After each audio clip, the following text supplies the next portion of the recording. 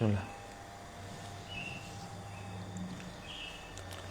Assalamualaikum warahmatullahi wabarakatuh. Alhamdulillah. Hamdan katsiran tayyiban mubarakan fihi kama yuhibbu rabbuna wa yarda. Asyhadu an la ilaha illallah wahdahu la syarika lah wa asyhadu anna Muhammadan abduhu wa rasuluhu sallallahu ala alihi wa sahbihi wa sallama tasliman mazida amma ba'd. Alhamdulillah, segala puji milik Allah Subhanahu wa taala yang memberikan kepada kita sebuah pelajaran yang sangat berharga, yaitu ketika tadi kita salat subuh. Ini sebuah pelajaran yang sangat berharga dari Allah Subhanahu wa taala. Tadi kita salat subuh, qadarullah sempat mati lampu. Dan mudah-mudahan nanti di yaumul qiyamah kita tidak mati lampu kita. Karena ketika terjadi hal tersebut teringat dengan sebuah ayat dari surat Al-Hadid ayat 13 yang dimana Allah Subhanahu wa taala berfirman, yauma yaqulul munafiquna wal munafiqatu lil ladzina amanu unzuru naqtabis min nurikum qila irji'u wara'akum faltamisu nura. Sebuah ayat yang menjadi pukulan untuk orang-orang munafik, yang dimana pada suatu hari nanti di yaumul qiyamah ketika mereka sedang berjalan di sirat, orang munafik dari kalangan laki-laki ataupun kalangan perempuan, mereka berkata, lil ladzina amanu unzuruna, berkata kepada orang-orang mukmin, unzuruna, tunggu kami. Karena apa? Karena dijelaskan di dalam sebuah hadis Nabi sallallahu alaihi wasallam yang sahih, inna allaha yada'un nasa yawmal qiyamati bi asma'ihim sitran minhu ala ibadihi wa amma inda sirat fa inna allaha yu'ti kulla mu'minin nuran wa kulla munafiqin nura. Karena di sebuah hadis Nabi sallallahu alaihi wasallam yang dimana Allah Subhanahu wa taala memanggil manusia dengan nama-nama yang mereka inginkan, kemudian diberikanlah pakaian penutup. Karena ketika di awal di padang mahsyar kita tidak memiliki pakaian, tidak memakai pakaian, tidak ada penutup kita. Wa amma indas sirat, ketika sudah mau masuk sirat, maka Allah Subhanahu wa taala mulai membagi cahaya kepada kaum mukminin. Maka yu'ti kulla mu'minin nura, maka diberikan oleh Allah Subhanahu wa taala setiap mukmin cahaya. Wa kullu munafiqin nura, dan juga setiap orang munafik cahaya. Tapi bedanya cahaya orang munafik dan cahayanya orang mukmin di sini. Fa idza stawau 'ala sirat, ketika mereka sudah mulai menitih di sirat, sallaballahu nural munafiqin, Allah Subhanahu wa taala menghilangkan cahayanya orang munafik. Dan hilang cahaya di tengah-tengah itu jauh lebih tersiksa daripada dari awal yang tidak ada cahaya. Kita awal mendapatkan cahaya kemudian tiba-tiba hilang, lebih baik nggak dapat cahaya dari awal daripada ketika dapat cahaya kemudian hilang. Karena itu akan sangat menggelapkan kita. Dan Allah Subhanahu wa taala akan memberikan hal tersebut kepada orang munafik, seolah-olah dia selamat. Kemudian setelah sampai di tengah sirat, itu Allah Subhanahu wa taala mematikan cahaya orang munafik dan mereka kebingungan. Maka di sanalah mereka berkata kepada orang mukmin, unzuruna naqtabis min nurikum, tunggu kami, biar supaya kami ngambil cahaya engkau. Maka mulai berjalan munafik dengan kaum mukminin. Kemudian setelah jalannya, orang mukmin berkata, jangan, naqtabis min nurikum qila rji'u wara'akum min wa namisu nura, pergi kamu ke belakang, coba ngambil lagi sana ke tempat yang tadi dibagikan cahaya. saya nggak akan berikan cahaya ini. Saya tidak akan berikan cahaya ini. Maka penyesalan yang sangat tinggi bagi orang munafik nanti di yaumul qiyamah. Dan tadi kita salat subuh, masya Allah, Allah Subhanahu wa Ta'ala takdirkan hal tersebut terjadi di dunia, dan mudah-mudahan hal tersebut tidak terjadi di kita di yaumul qiyamah. Amin ya rabbal alamin. Karena ketika kehilangan cahaya di yaumul qiyamah, ini akan menyiksa diri kita dan akan terjerumus ke neraka jahanam.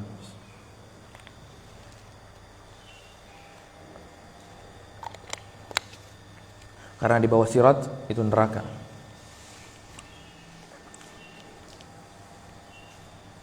Kemudian kita kembali ke dalam kitab Bulughul Maram. Kemarin kita telah sampai dalam bab adab qadha hajat. Bab adab qadha hajat. Dan telah kita selesaikan 3 hadis atau 4 hadis Nabi sallallahu alaihi wasallam. 3 diantaranya diriwayatkan oleh Anas bin Malik radhiyallahu anhu, dan juga yang keempat diriwayatkan oleh Al-Mughirah ibni Syu'bah radhiyallahu anhu.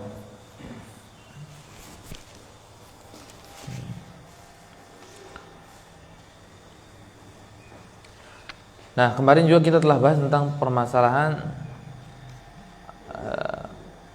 masuk ke dalam kamar mandi dan juga keluar dari kamar mandi, dan juga kemarin kita telah jelaskan tentang 2 hal cara membersihkan, dengan istinja ataupun istijmar. Istinja itu maksud dengan air, mencuci dengan air, dan istijmar itu dengan batu. Walaupun kita belum memperinci di antara keduanya. Kemudian di hadis yang selanjutnya, hadis ke-83 dalam kitab yang saya pegang, nomornya 83. Dan nomor hadis ini datang bukan dari Sahibul Mu'allif, orang-orang sendiri yang menulis hadis tersebut dan menomorkan hadis tersebut. Apalagi di dalam Sahih Bukhari dan Sahih Muslim. Sahih Bukhari dan Sahih Muslim tidak ada nomornya dari Imam Bukhari dan Imam Muslim, tapi baru diberikan nomor oleh ulama setelahnya, dan jauh ulama setelahnya. Baru di masa-masa dekat-dekat kita baru diberikan nomor oleh mereka. Dan di hadis ini, dari hadis kelima, berarti hadis kelima dari qadha hajat, hadis kelima dari bab adabul qadha hajat, dari Abi Hurairah, wa an Abi Hurairah radhiyallahu anhu qala Rasulullah sallallahu alaihi wasallam ittaqul la'anain alladhi yatakhalla fi tariqin nasi aw fi dhillihim, rawahu Muslim. Nah, di sini Imam Ibnu Hajar Asqalani rahimahullah taala membawakan hadis dari Abi Hurairah radhiyallahu anhu, berkata Rasulullah sallallahu alaihi wasallam, ittaqul la'anain. Atau di dalam riwayat yang lain la'anain. Kalau yang di sini, yang di kita la'anain. Kalau riwayat yang lain la'anain. Dan hal tersebut memiliki makna yang sama saja di antara keduanya. La'anain ini menunjukkan 2. La'anain ini tasniyah. Tasniyah ini 2, berarti 2 menunjukkan 2 orang. Atau 2 nggak bisa dikatakan 2 makhluk. 2 orang lah. Enggak 1. Kalau secara bahasa ya 2 orang. Tapi di sini karena satunya Allah Subhanahu wa taala. Jadi 2, ada 2. Al-la'anain itu 2, yaitu Allah Subhanahu wa taala dan manusia. Maksudnya apa? Takutlah kalian dari 2 laknat yang menyebabkan kalian ketika kalian melakukan hal ini dilaknat oleh 2 ini. Dilaknat oleh 2 ini. Pertama adalah laknatullah. Laknatnya Allah Subhanahu wa taala. Yang kedua, laknatnya manusia. Maka kita Takutlah dengan hal ini karena Allah Subhanahu wa taala juga melaknat dan juga manusia akan melaknat. Apa sih hal tersebut?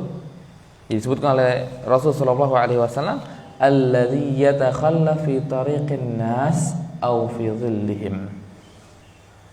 Yang dimana orang tersebut buang air besar di fi tariqin nas aw fi dhillihim. Fi tariqin nas aw fi dhillihim, di jalan manusia atau di dhillihim. Fi tariqin nas, ketika kita baca di sini fi tariqin nas,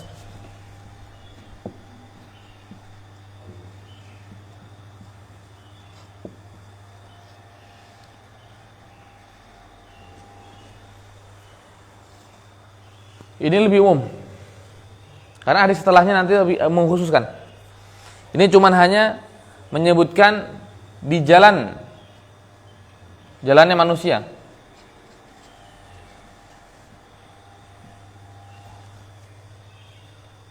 Berarti kalau seandainya misalkan kita ibaratkan ini sebuah jalan,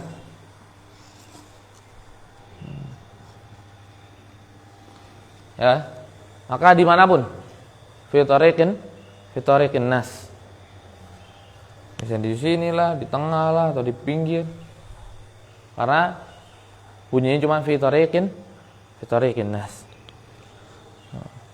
Tapi nanti akan ada hadis yang lain setelah ini, itu menyebutkan wa qari'atil tariq.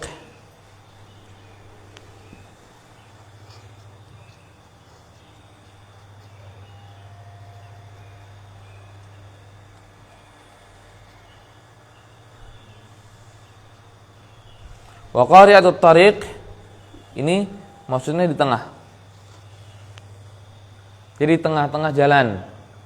Jadi bukan cuma sekedar buang airnya itu di pinggir. Bukan di pinggir, tapi di tengahnya.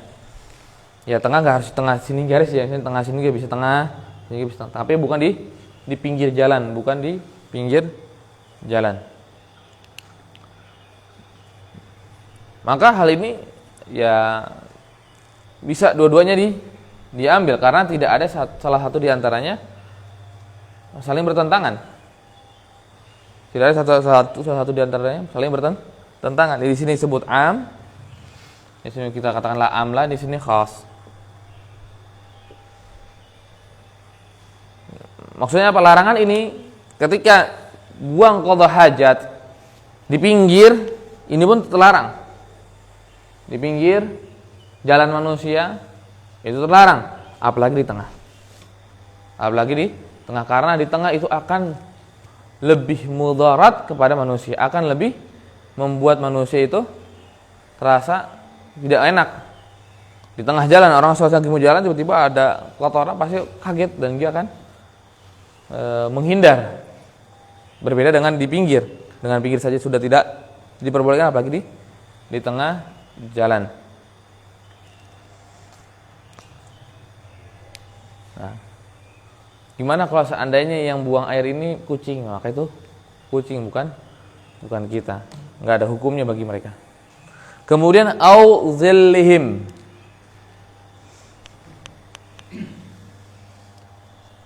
Yang kedua, zillihim.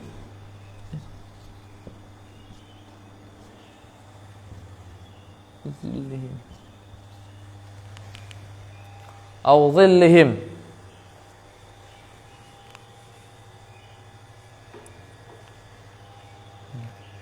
Au zillihim atau apa namanya, tempat berteduhnya manusia. Kalau seandainya ada sebuah tempat yang teduh, ini ada dua tempat. Satu tempat yang pertama, ini tempat kedua. Kalau seandainya tempat pertama ini teduh dan tempat kedua juga teduh, tapi tempat pertama dipakai untuk orang singgah yang berteduh di sana, tapi yang kedua tidak dipakai. Tidak dipakai oleh manusia. Maka mana yang terlarang?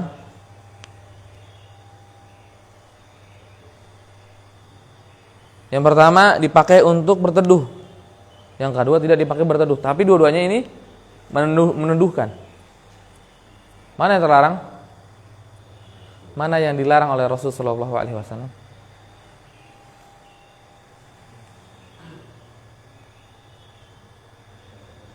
Yang teduh, itu apa teduh?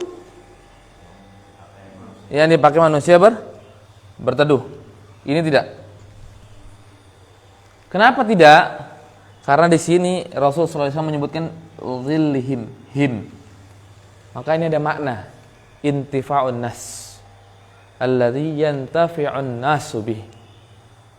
Jadi manusia yang di mana tempat teduh tersebut tempat teduh yang digunakan oleh manusia untuk berteduh. Maka itu tidak boleh.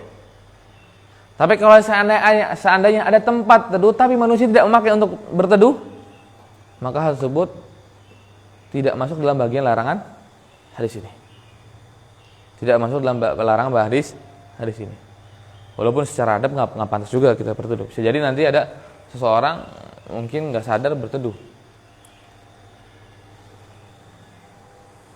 Ya, di sini makna sebuah lafadz yang kecil, lafadz yang tipis, him, tapi memiliki sebuah hukum sendiri. Maka pentingnya kita memahami bahasa. Cuma kata him saja itu memalingkan makna, ya kan? Menghilangkan makna yang ini. Yang kedua, ini nggak masuk dalam bagian hukum. Tidak masuk dalam bagian hukumnya.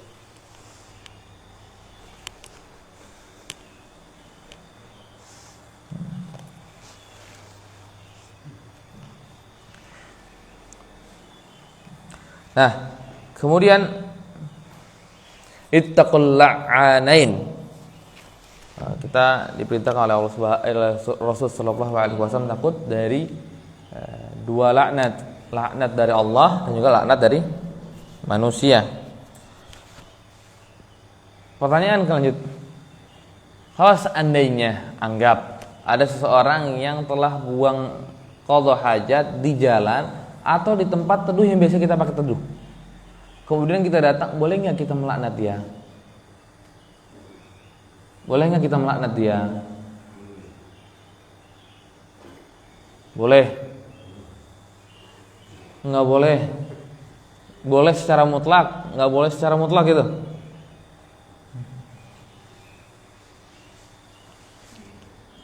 Yang lain?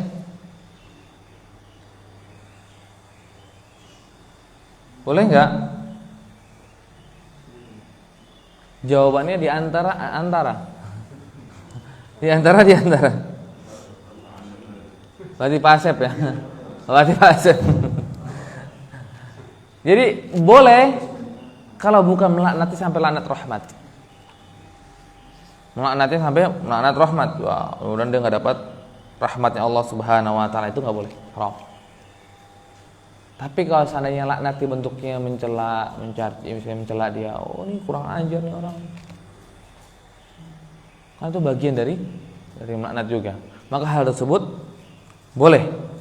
Sebagaimana Rasulullah sallallahu alaihi wasallam menyebutkan di dalam hadis Hudzaifah bin Usaid, qala Rasulullah sallallahu alaihi wasallam, "Man adzal muslimin fi turuqihim wajabat alaihi la'natuhum." Dan barang siapa yang mengganggu kaum muslimin di jalan-jalan mereka, wajabat alaihi la'natuhum, maka boleh, wajib bagi dia itu dilaknat.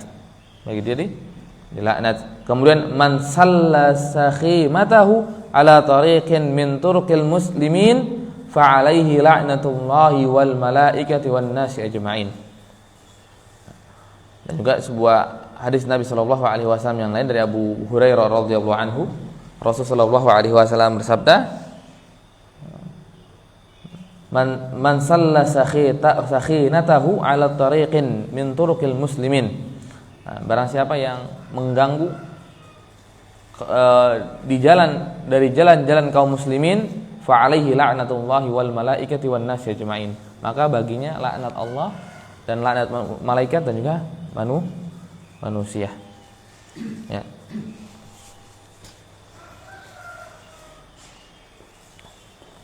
Tapi bukan melaknat rahmat. Maksudnya kamu terlaknat dan kamu tidak akan dapat rahmatnya Allah Subhanahu wa taala, boleh. Karena hal tersebut tidak diperbolehkan kita.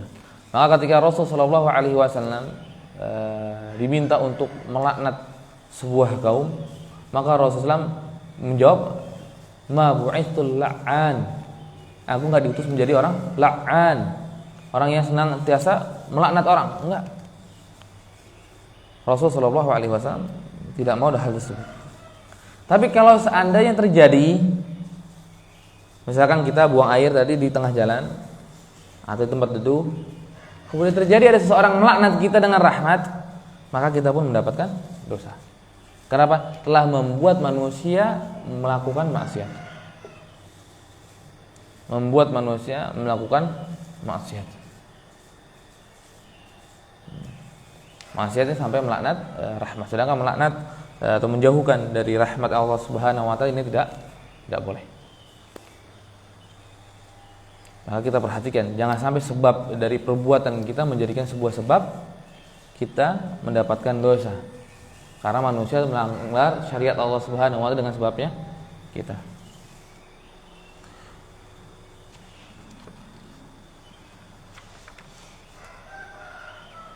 Jadi ntar ketika ada yang BAB, kalau misalnya ada yang teriak, gila nih orang nih, BAB tengah jalan, ataupun ada kotoran tengah jalan ini, atau di tempat duduk, ya hal tersebut ya boleh aja. Tapi kita jangan sampai kalau kita jangan sampai melakukan hal tersebut. Tapi kalau kita mendengar ada orang yang demikian, ya wajar hal tersebut. Karena perbuatan yang dilakukan oleh manusia yang tadi buang air di sana menyebabkan dia itu berkata demikian.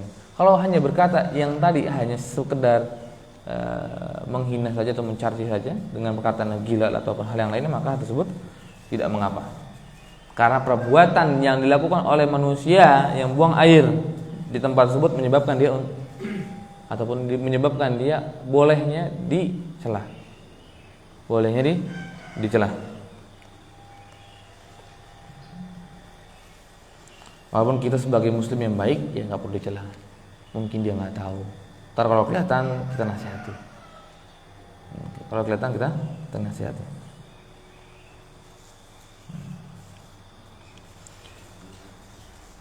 Dan tadi di tempat ini, kenapa yang kedua tidak? Yang tempat teduh, kenapa yang kedua itu tidak? Sedangkan yang pertama itu yang dilarang, yang kedua itu tidak dilarang. Ya karena tadi dari sisi bahasa, kemudian juga dari perbuatan Rasul sallallahu alaihi wasallam. Karena Rasul sallallahu alaihi wasallam pernah qadha hajat di bawah tahta haishil nakhl li hajatihi. Rasul sallallahu alaihi wasallam itu buang qadha hajat di pohon-pohon kurma. Pohon kurma yang berdekatan, akhirnya saling menutup ya. Akhirnya jadi teduh tempatnya. Maka kemudian Rasulullah SAW qadha hajat di sana. Tapi tempat tersebut tidak dipakai untuk berteduh. Tempat tersebut tidak dipakai untuk berteduh. Maka hal tersebut boleh. Tapi kalau seandainya tempat tersebut pakai buat berteduh, maka tidak diperbolehkan. Ya, tidak diperbolehkan.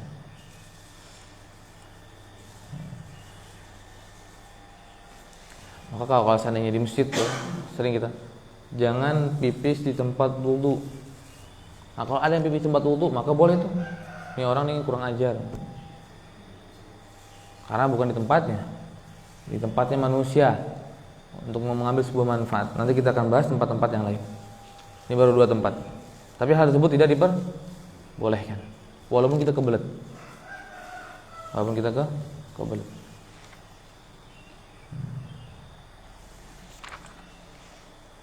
Kemudian hadis selanjutnya dari wazada Abu Dawud, dan ditambah oleh Abu Dawud. Kalau yang tadi 2, tadi itu dari Sahih Muslim, ya kan? Rawahu Muslim. Kemudian ditambah oleh Abu Dawud di dalam sunannya, an Mu'adz radhiyallahu anhu wal mawarid wa lafdhuhu ittaqul mala'ib as-salasah al baraza fil mawarid wa qari'atit tariq wa zil. Kemudian ditambah oleh Abu Daud dari hadis Mu'adz radhiyallahu anhu sebuah perkataan al-mawarid dengan lafaz disebutkan oleh Imam Ibnu Hajar dengan lafaznya adalah ittaqul mala'in as-salas, takutlah kalian dari lanatnya 3 orang. Al-baraza fil mawarid, yaitu di mana kita buang qadha hajat lil mawarid. Kemudian di qari'atit tariq di tengah jalan. Kemudian zil, itu ada tempat teduh yang dipakai oleh manusia. Al-mawarid, apa itu al-mawarid? Al-mawarid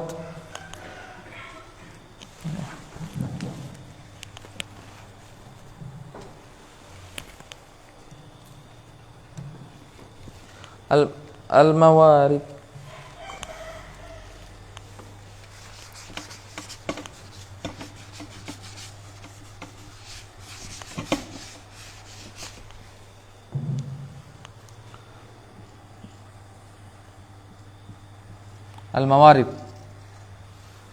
Al-mawarid ini adalah, ya, kalau kita menggambar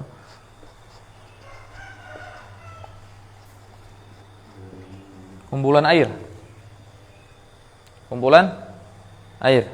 Makanya kita dilarang di kumpulan air.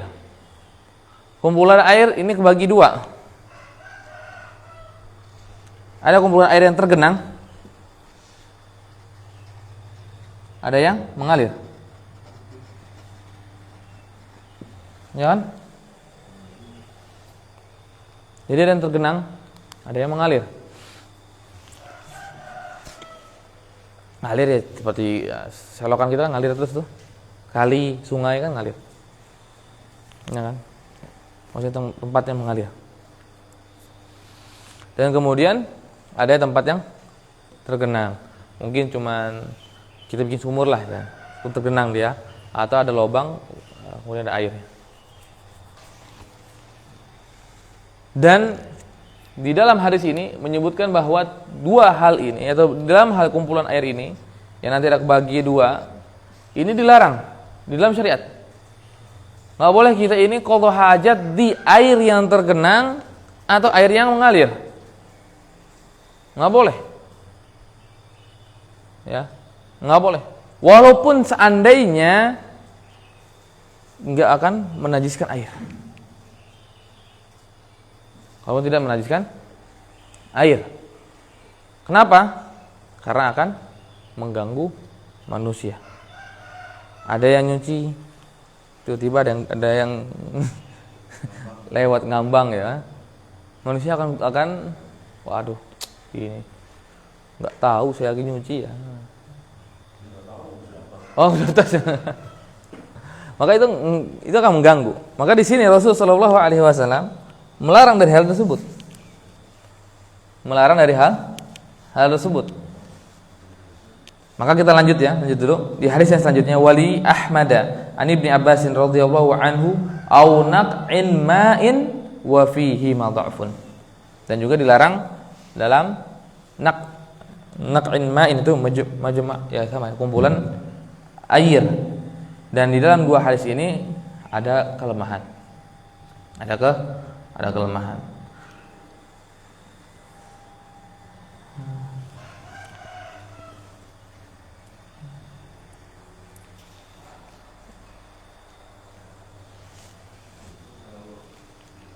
Nah, maka apakah 2 qadha hajat baul dengan ghaid, buang air dan juga dengan ghaid terlarang di 2 tempat?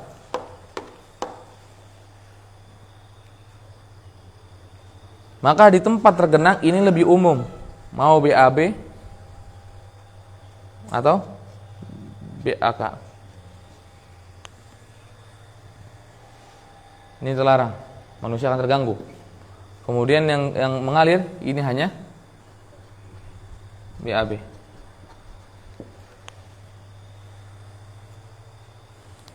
hanya BAB. Karena apa?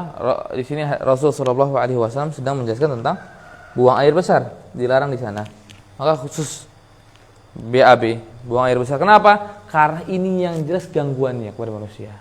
Karena kalau pipis, kalau di tempat air yang banyak, maka nggak akan kelihatan. Ya, nggak akan kelihatan pipisnya. Jalan-jalan aja dah. Manusia mungkin nggak akan terganggu dengan air yang banyak tercampur akhirnya selesai. Tapi ketika lihat ada sesuatu yang ngambang, di depan dia kaget pasti. Dia akan kaget. Maka kita jauhi dari dua hal ini. Mau tempat yang mengalir ataupun tempat yang tergenang. Mau tempat yang mengalir ataupun tempat tergenang. Itu jauhkan. Nah, di sini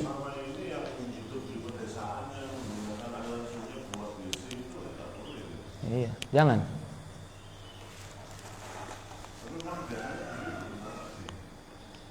Alhamdulillah tempat-tempat desa sekarang udah mulai ada WC sendiri. Di kampung istri saya yang awalnya itu masih bahkan di sawah. Di sawah, akhirnya sekarang udah hampir sirna itu. Udah hampir hilang. Ya kita doakanlah mereka semua semoga untuk bisa menghilangkan hal-hal tersebut. Padahal enak.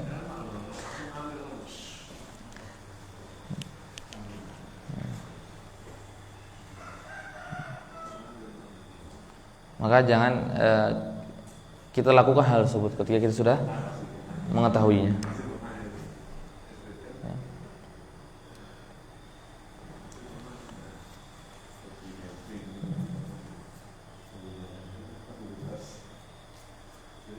Ya, di air, di jalan, kemudian di tempat teduh.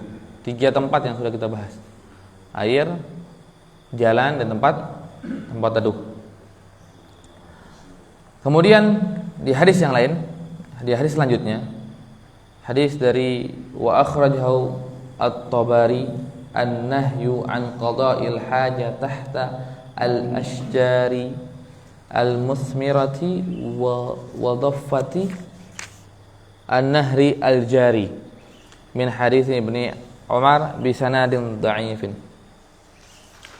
Kemudian dari Imam Tabrani dalam kitabnya menyebutkan bahwa Rasulullah sallallahu alaihi wasallam melarang untuk qada hajat di bawah pohon yang musmirah, pohon yang berbuah, pohon yang berbuah. Walaupun dia nggak dipakai untuk berteduh. Ya, misalkan nggak mungkin kan pohon cabai untuk berteduh gitu. Pohon tomat nggak mungkin kita pakai buat berteduh. Kalau seandainya dia sedang berbuah, maka tidak boleh kita pipisi. Ya, nggak boleh kita pipisi, nggak boleh kita buang air besar di sana. Ini buat kamu, buat pupuk ya. Tapi itu nggak jadi buat pupuk, itu malah menghancurkan tanaman. Kenapa di sini dilarang? Karena akan bisa menghancurkan tanaman, maksudnya mematikan pohon tersebut. Maka dilarang, apalagi ketika dia sedang berbuah. Nah, ketika sedang berbuah ini bukan karena membuat pohon tersebut najis. Di sini karena ada seorang tuh yang berkata, ini dilarang ini kenapa? Karena akan membuat pohon najis. Enggak. Wah, ini enggak najis. Yang ditakutkan apa? Kalau seandainya buah tersebut jatuh ke bawah di tempat najis yang telah kita pipisi, jatuh ke sana akhirnya membuat buah tersebut terkena najis. Jadi bukan pohonnya langsung semerta-merta ketika kita pipis langsung najis, itu enggak demikian. Kecuali rumput pohon yang senantiasa kita siram dengan air najis. Kalau kita siram dengan air najis senantiasa, maka itu baru jadi najis nanti ketika kita berikan kepada hewan. Jadi hewan nanti kan ada istilahnya jalalah. Hewan yang ataupun hewan yang diberikan makan dari yang najis. atau dia telah makan sebuah hal yang najis.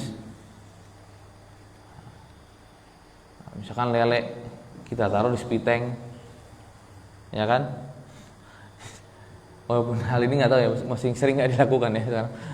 Dulu kan lele masukin spiteng gitu. Kemudian setelah beberapa bulan dipancing, dipancing untuk digoreng lagi. Maka lele tersebut haram untuk dimakan, kecuali sudah di karantina selama 3 hari ataupun 7 hari. Nah, sama juga dengan misalnya kambing kita kasih makan daun yang najis itu, yang senantiasa kita siram dengan air najis dan akhirnya kita potong, kemudian kita berikan kepada domba, maka domba tersebut pun harus didiamkan selama 3 hari ataupun 7 hari dari makanan yang najis.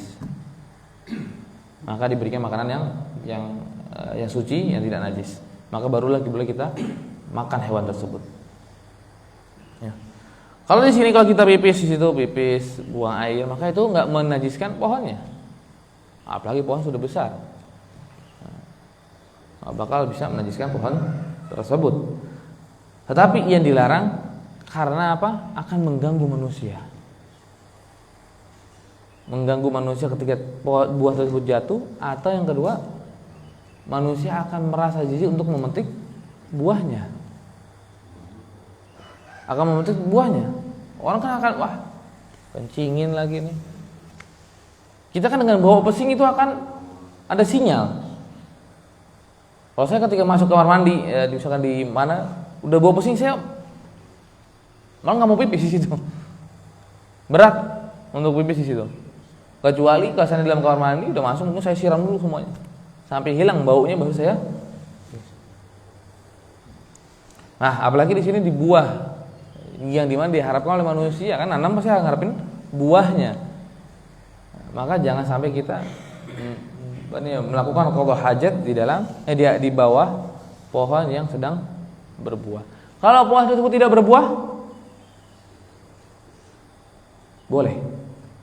Kalau tidak dipakai untuk berteduh. Jadi ada pohon mangga misalkan, nggak dipakai buat teduh, kemudian nggak berbuah, nah boleh kita ngumpet-ngumpet di belakang, kemudian kita pipis. Karena kan ketika kita qadha hajat di tempat terbuka, ada syarat wajibnya, nggak boleh tersingkap aurat. Ini wajib bagi kita menghindar dari manusia melihat aurat kita.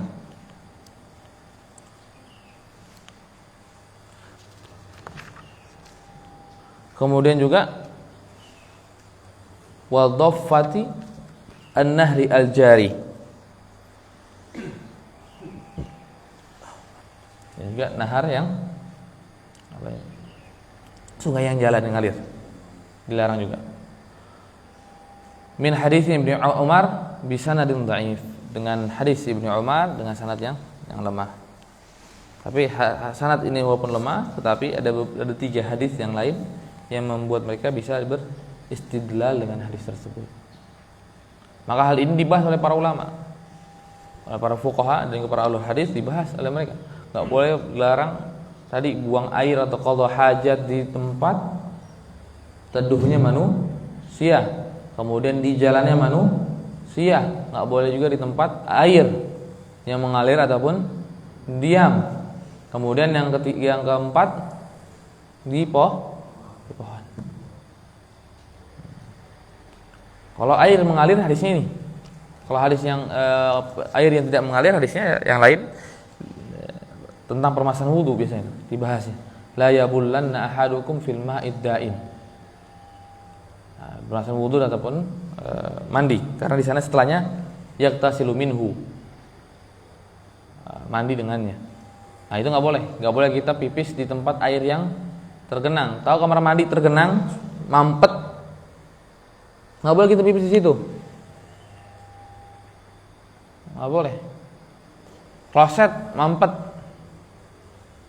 Ya kalau kloset itu jangan kloset pipisnya, tapi di tempat yang bawahnya.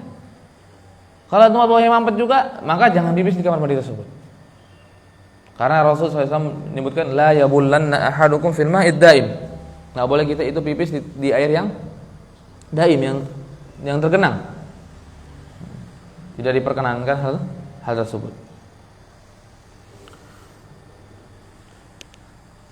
Kemudian hadis selanjutnya, hadis yang keberapa ini?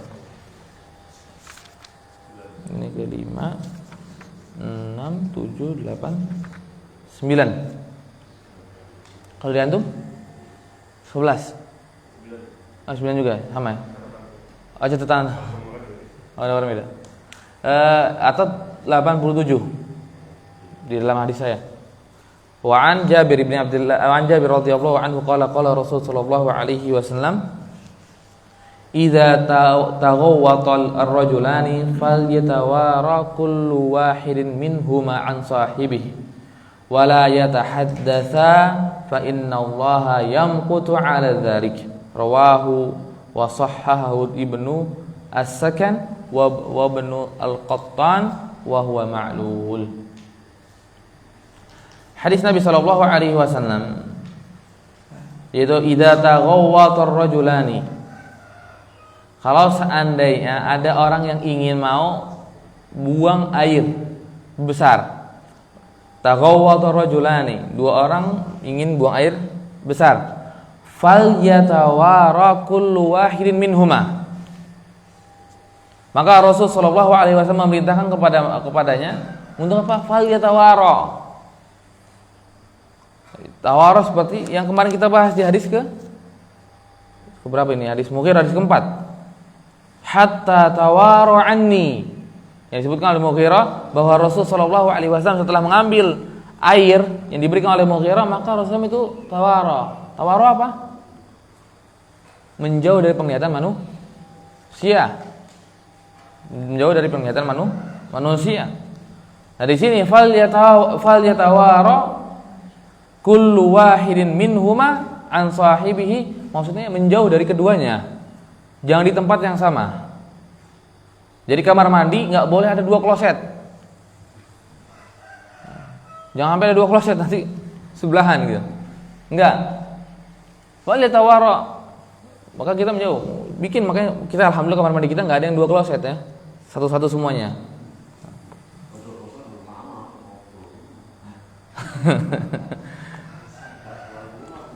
Nah, tujuan dari fal yatawara ini dua. Tujuan yang kenapa kita diperintahkan untuk menjauh dari penglihatan manusia ada dua. Pertama, melihat aurat kita, ini haram. Nggak boleh kita membuka akhirnya dilihat sampai manusia melihat aurat kita. Ini hal yang haram. Kemudian yang kedua, apa? Riba di badan nih. Sebagian badan kita. Nah, ini juga untuk menjaga muruah kita. Maka jangan dibuka juga, walaupun hal tersebut bukan aurat, supaya manusia tidak melihat. Seperti Nabi Musa alaihissalatu wassalam itu agak unik. Di zaman Bani Israel orang biasa itu mandi bersama, mandi di kali bersama, karena nggak ada larangan hal tersebut. Maka setelah hal tersebut, orang Bani Israel memang dasar orangnya pikirannya itu selalu jelek kepada para nabi. Maka mereka berpikir apa? Oh, Nabi Musa itu nggak memandi dengan kita karena ada penyakit di kemaluannya. Ada penyakit di kemaluannya. Maka ketika Nabi Musa sedang ingin mandi, naruh pakaian di batu. Maka ketika lagi baru taruh pakaian di batu, sudah nggak pakai baju, tiba-tiba Allah Subhanahu wa Ta'ala gerakan batu tersebut jalan. Maka ketika jalan dilihat oleh Bani Israel, Nabi Musa alaihissalam.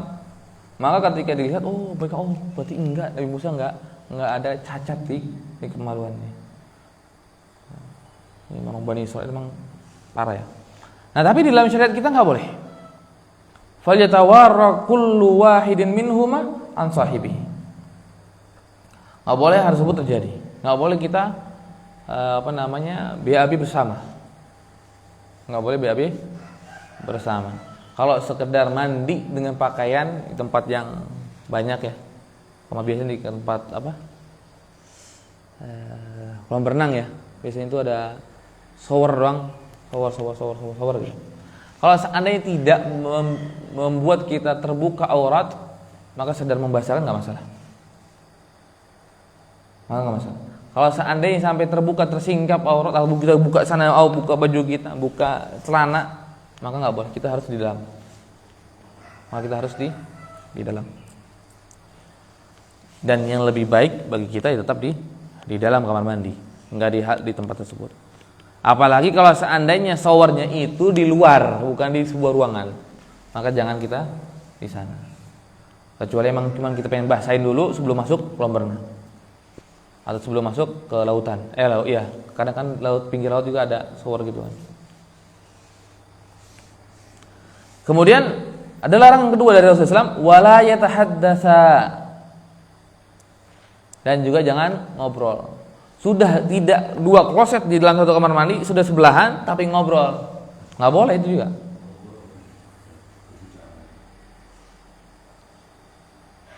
Tadi gimana nih klub bola ini? Nonton enggak? Nah, jangan. Tadi lu habis ngapain aja? Kok nggak kelihatan nih seharian ini? Nah, nggak boleh. Nggak boleh kita ngobrol dengan tetangga BAB kita ya. Atau dengan orang di luar. Mungkin kita lagi dua jalan, kemudian satu ingin BAB, kemudian satu lagi pengen wudu aja saya lah. Ketika dia masuk kamar mandi sudah BAB, kita wudu selesai, ajak ngobrol. Jangan diajak ngobrol. Ya, jangan diajak ngobrol. Sama juga dengan istri. Kadang kan kita ketika lagi buang air ataupun istri lagi buang air, kita nanya-nanya sama dia kan. Nah itu kita sekarang hindari dari hal tersebut. Ketika dia BAB, biarkan dia fokus dengan BAB-nya. Ketika kita BAB, biarkan kita fokus dengan BAB kita. Jangan sampai kita ngobrol dan akhirnya kena larangan ini. Kena larang ini. Wala yatahaddatsa.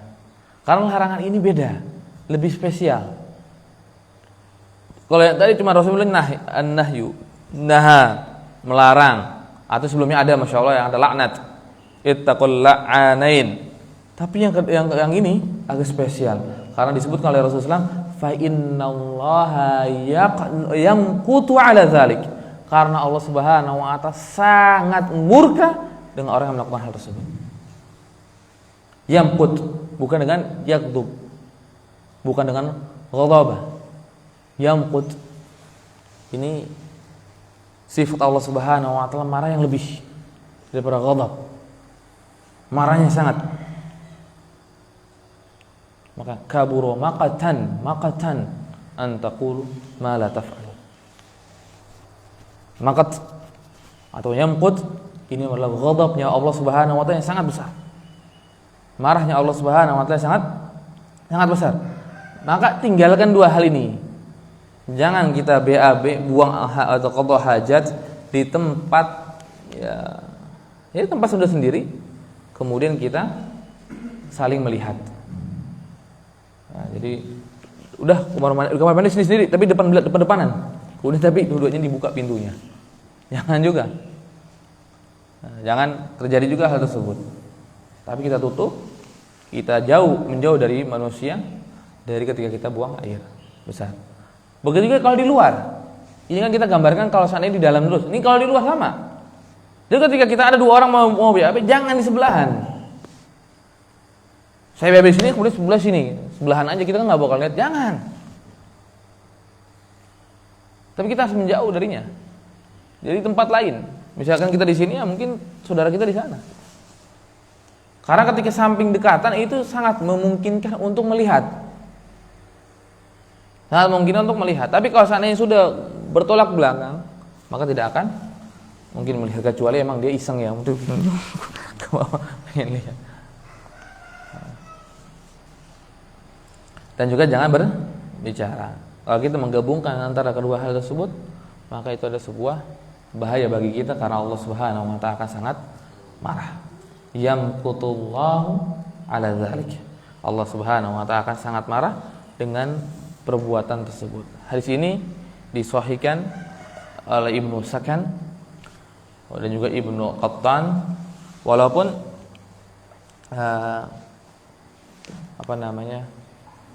Ibnu Sakan kitabnya ini hilang. Beliau memiliki kitab hadis tapi kitab beliau hilang. Kitab beliau itu hilang. Ya sering para ulama ya ketika menulis sebuah tulisannya hilang. Tulisannya hilang begitu saja. Karena mungkin nggak diurus ataupun ada terjadi sebuah tragedi, kebakaran, kebanjiran. Akhirnya bukunya itu rusak dan tidak bisa dilihat. Maka Ibnu Sa'd kan termasuk orang-orang yang buku hadisnya itu tidak ditemukan. Tidak ditemukan. Tapi karena beliau itu mengajarkan hadis, maka muridnya tahu, oh ini hadis yang telah disahihkan oleh beliau. Oh ini hadis yang telah dihasankan. Oh ini hadis yang telah didhaifkan. Wa Ibnu Al-Qattan. Wa Ibnu Al-Qattan. Ibnu Qattan dengan Yahya ibni Sa'id Al-Qattan ini beda. Biasanya kalau Sa'id itu Yahya ibni Sa'id Al-Qattan disebutnya Sa'id bin Qattan, Yahya bin Al-Qattan. Tapi kalau Ibnu Al-Qattan ini beda orang. Ibnu Al-Qattan beda orang, tapi sama-sama ulama ahlul hadis. Sama-sama ahlul hadis, dan Ibnu Qattan juga mensahihkan hadis ini. Tapi wa huwa ma'lul. Kata Ibnu Hajar sekolah ini rahimahullah taala, tapi hadis ini ada illahnya. Ada illahnya. Ada sebuah kecacatan.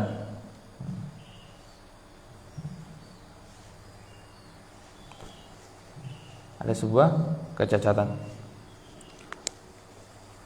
Walam yadhkuru fi syarhi al-illah wa hiya ma qalahu Abu Dawud lam yusnid illa Ikrimah ibnu Ammar al-Ijli al-Yamani wa huwa ihtaju bihi Muslimun wa dha'afa ba'dul huffaz haditsul Ikrimah hadha an Yahya ibn Abi Katsir wa qad akhraja hadithahu an Yahya ibn Abi Katsir wa istashhada al-Bukhari bi hadithihi. Ya hadis ini ada illahnya, ada cacatnya, tetapi enggak sepakat juga dengan kecacatan yang ada dalam hadis ini. Enggak juga ada kesepakatan di cacat ini. Dan ada syahid yang lain. Ada hadis yang lain yang menguatkan larangan tersebut, terutama di larangan berbicara.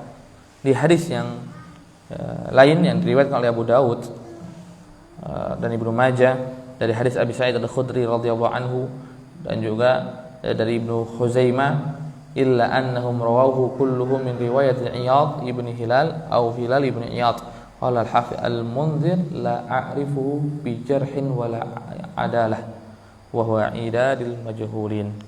Dan ada hadis yang lain juga yang menguatkannya. Maka tidak ditolak hadis ini. Tidak ditolak hadis tersebut, dan tetap hadis tersebut menunjukkan larangan buang air yang bisa melihat di antara kita. Kemudian juga yang kedua, berbicara ketika buang air. Yang dilarang berbicara ketika buang air, mau pipis mau BAB. Ya. Nah, kalau kita ada di kamar mandi, kita bicara nggak masalah. Maksudnya kita belum ngapa-ngapain, tiba-tiba dipanggil, Fulan, oh iya ada apa? Oh ini saya mau, ada perlu dengan kamu, tolong cepat ya, maka boleh. Maka itu boleh. Baru kita lihat teman kita baru masuk, baru kita panggil dia, boleh. Tapi kalau seandainya dia sudah mau qadha hajat, sudah agak lama masuk kamar mandi, maka sudah akan siap-siap untuk qadha hajat, maka jangan kita panggil, tunggu di luar. Tunggu di luar. Atau di teras kamar mandi. Jadi kadang kan kamar mandi itu ada ruangan masuk, enggak langsung kamar mandi. Ada tempat wastafelnya. Salam. Ada wastafelnya, ada ataupun ada tempat wudu. Nah, maka di sana itu ngobrol enggak masalah. Kalau ngobrol tidak masalah.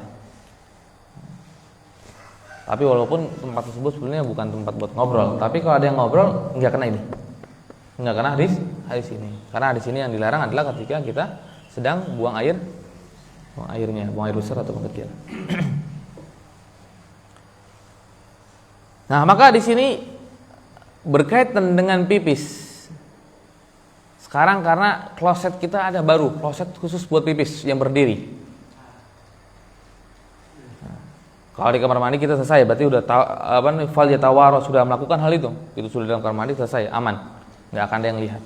Nah, kalau seandainya dipipis di tempat kloset yang berdiri, maka hal tersebut ini boleh dilakukan kalau ada hajah.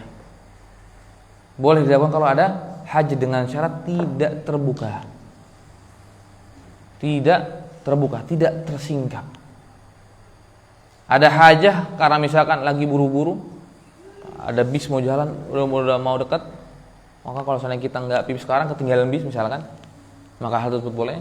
Atau sebagaimana para ulama Lajnah Daimah di Saudi itu memperbolehkan pipis di kloset berdiri kalau di dalam jamaah haji.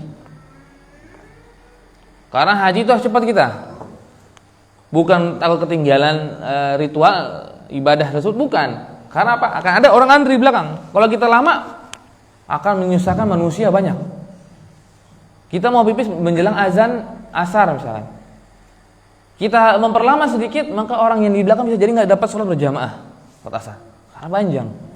Karena jutaan manusia ngumpul di tempat tersebut. Maka hal tersebut boleh dengan syarat tidak terbuka, tidak tersingkap.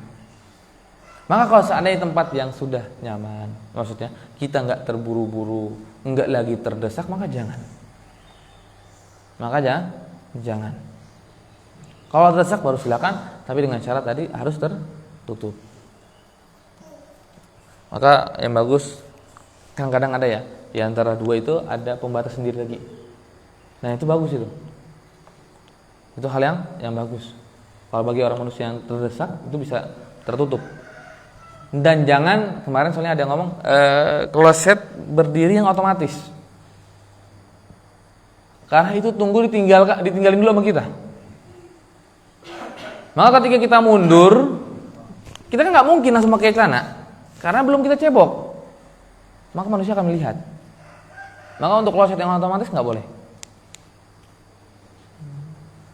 hal tersebut. Kecuali otomatisnya di tempat kita pakai tangan doang gitu, kemudian dia keluar sendiri airnya. Tapi kalau enggak, jangan. Karena kemarin katanya kita harus gerak dulu ke kanan atau ke kiri atau mundur ke belakang. Kadang pun sekali aja nggak cukup, nggak keluar juga. Nah, maka jangan di kloset di pipis yang berdiri yang otomatis, karena itu mudaratnya bisa terlihat, bisa nampak di kita.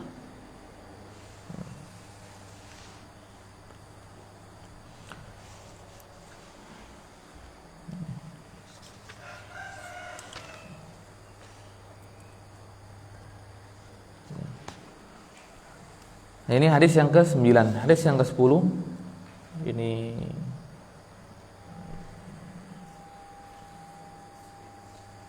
lumayan juga, lumayan panjang kayaknya. Atau secara singkatnya nanti kita akan jelaskan di lebih dalamnya di pertemuan yang akan datang. Wa Nabi Qatadah radhiyallahu anhu qala Rasulullah sallallahu alaihi wasallam la yamassanna ahadukum dzakarahu bi yaminihi wa huwa yabulu wa la yatamassah minal khala bi yaminihi wala yatanaffas fil ina. Muttafaqun alaihi wa lafdzul Muslim. Dari Abi Qatadah radhiyallahu anhu berkata, Abi Qatadah sahabat Nabi, kalau Qatadah itu tabi'in. Abu Qatadah sahabat Nabi, kalau Qatadah saja itu tabi'in. Bedakan antara kedua ini. Ya, Abu Qatadah itu sahabat Nabi dan Qatadah saja seorang tabi'in yang buta. Qatadah bin Di'amah As-Sadusi rahimahullah taala. Qala Rasulullah sallallahu alaihi wasallam, Rasulullah SAW bersabda, la yamassanna ahadukum dzakarahu bi yaminihi. Dan janganlah kita menyentuh atau mengusap zakar kita dengan tangan kanan.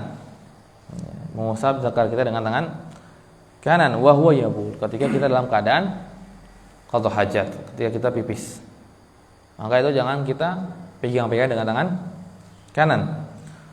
Wala yatamassah minal khala'i bi yaminihi, dan juga jangan membersihkannya. Nah, tadi kan pipisnya tuh. Ketika ini jangan bersihkan juga dengan tangan kanan. Jangan bersihkannya itu dengan tangan kanan. Wala yatanaffas fil ina, dan juga dilarang kita bernapas di bejana. La yamassanna ahadukum dzakarahu biyaminihi. Enggak boleh kita memegang tangan kanan, memegang zakar kita dengan tangan kanan. Ya. Wa huwa yabul, dan sedangkan dia sedang lagi pipis. Maka hukum di sini menurut Ibnu Taimiyah rahimahullah adalah hukum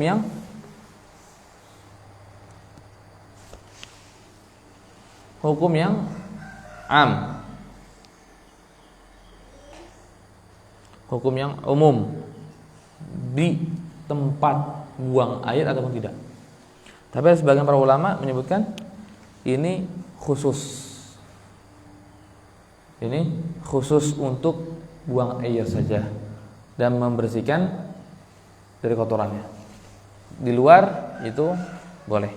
Insyaallah nanti kita akan bahas lebih dalam di pertemuan yang akan datang. Kemudian wala yatamassah minal khala'i bi yaminihi. Tadi jangan kita pegang atau ketika membersihkannya dengan kanan. Wala yatanaffas fil ina, dan jangan bernapas di bejana.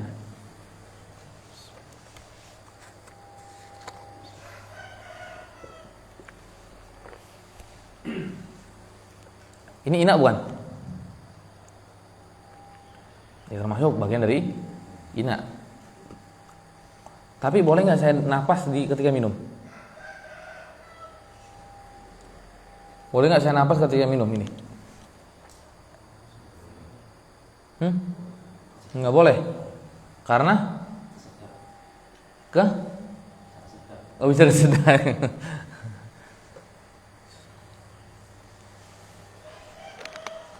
Maka di tempat ina yang seperti ini boleh bernapas. Karena larangan ini apa? Napas kita masuk ke dalam airnya. Napas ini masuk ke dalam air. Tapi kalau napas nggak masuk ke dalam air, nggak kena, kan polisi nggak kena. Ya kan, tertutup. Kita malah keluar. Kecuali kita ngomong di dalam, ini akan masuk. Maka di tempat seperti ini atau ya, seperti aqua gelas kita yang pakai maksosnya, yang pakai apa? Apa namanya? Sedotannya, maka hal tersebut nggak masalah. Itu tidak masalah. Kecuali kita sudah robek, kemudian kita minum. Nah, itu nggak boleh nafas. Nggak boleh nafas. Karena kita nggak akan nafas ketika di sini atau di sedotan ke dalam ina tersebut, ke dalam tempat minum kita atau tempat makanan kita, nggak bakal. Kawasannya tertutup. Tapi kalau makan nggak mungkin tertutup. Nasi makanan akan terbuka di piring kan. Maka hal tersebut tidak boleh. Nggak boleh kita tiup dan nggak boleh kita napas di makanan. Jadi bukan cuma berpengaruh kepada minuman saja, makanan juga sama. Ada piring, jangan. Saya ambil makan, kemudian taruh. Jangan sampai napas kita masuk ke sana. Atau kita tiup makanan juga nggak boleh. Tiup makanan juga tidak boleh. Karena makanan tidak ada tempat yang tertutup. Ya. Pasti terbuka semua tuh. Mau pakai yang pop mie kan? Kalau pop mie pasti kita buka kan, kita makan. Pasti udara itu memungkinkan untuk masuk. Maka jangan nafas di sana. Maka ketika makan jangan nafas. Ketika lagi nyuapnya. Tapi ketika sudah jauh dari tempat itu maka boleh. Minum pun sama. Ketika tempat yang terbuka, maka tersebut nggak boleh nafas. Tapi di tempat yang tertutup, seperti aqua gelas ini, ataupun aqua botol kecil ini, ataupun aqua gelas yang pakai sedotan, maka hal tersebut boleh. Walaupun hal yang lebih baik nggak perlu napas, tapi tidak terkena larangan ini, larangan ini. Dan hadis ini diriwayatkan muttafaqun alaih, diriwayatkan oleh Bukhari dan Imam Muslim rahimahullah taala. Wa lafdzul Muslim, dan lafadznya miliknya Imam Muslim. Lafadznya tadi la yamassanna ahadukum dzakarahu bi yaminihi.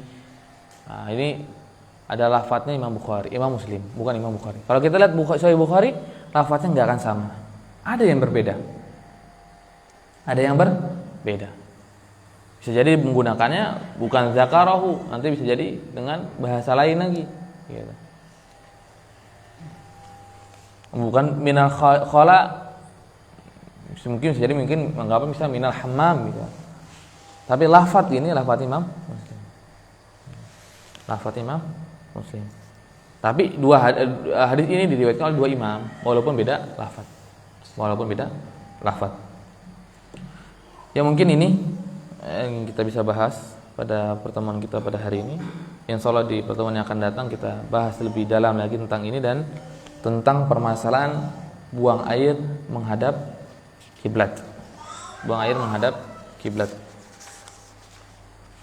Dan insyaallah terus kita akan bahas permasalahan-permasalahan yang selanjutnya. Ada yang ingin tanya sebelum kita tutup? Ada yang ingin bertanya?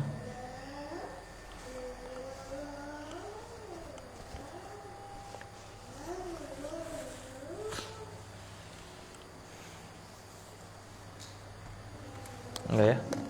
Maka kita tutup. Wa akhiru da'wana alhamdulillahirabbil alamin. Assalamualaikum warahmatullahi wabarakatuh.